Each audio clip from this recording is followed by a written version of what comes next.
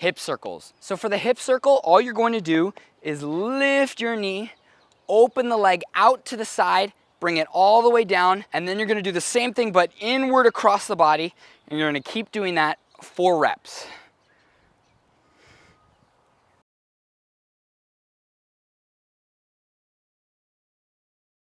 Elephant walks. For the elephant walk, all you're gonna do is hinge from your hips, keep a perfectly flat back. You might have to start all the way up here, or you might be advanced and you might be all the way down here. If you have an object like a chair to put your hands on, you can do that as well. But all you're gonna do is bend one knee, feel that stretch as much as possible and straighten it out, and then bend the other knee. You can do it simultaneously, or you can do it just one at a time, and you're gonna do this for reps.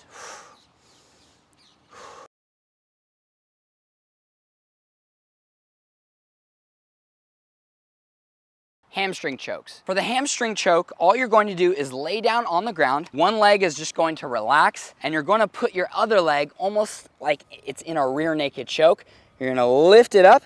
This is the most advanced version. You're going to lift your toes and then bring it up as high as you can and bring it back down, just like so. If you want to make it a little bit easier, you can straighten out your arms, feel that stretch, and bring it back down.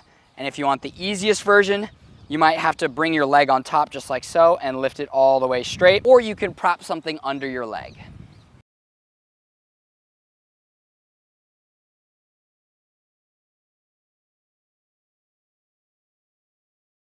Shin box extension. For the shin box extension, all you're going to do is lay down in a 90-90 position like this, but you're gonna modify it by bringing this knee toward your heel. So it's a little bit less than a 90-90 now.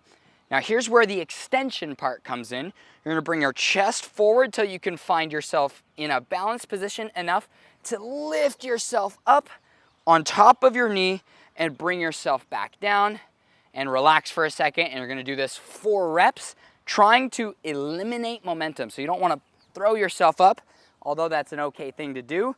For this stretch, nice and slow.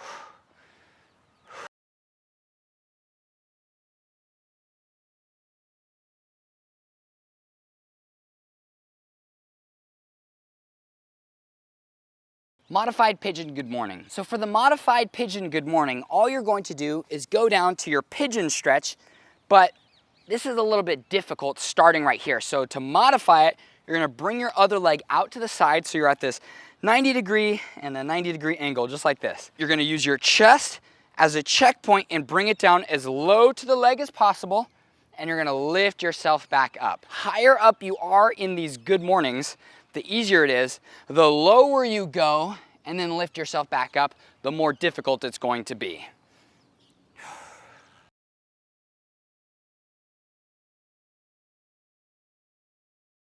Active hamstring stretch. All you're gonna do is go down to a lunge position, straighten this leg out in front of you, and hinge forward.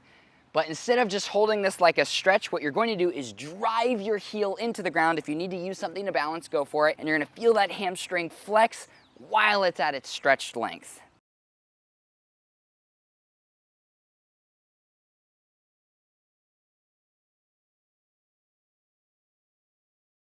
Figure 4 stretch. So for the figure 4 stretch, all you're gonna do is lay down on the ground, cross one ankle over the knee, and this is the lowest level of difficulty. If you want it to be a bit more intense, grab the leg that was resting on the ground, and you can even pull it closer to you, but be aware, your pelvis is gonna wanna lift up off the ground. To keep the intensity up, you wanna bring that pelvis all the way down, even as you pull the knee closer to you. You should feel it in that outer edge of your hip.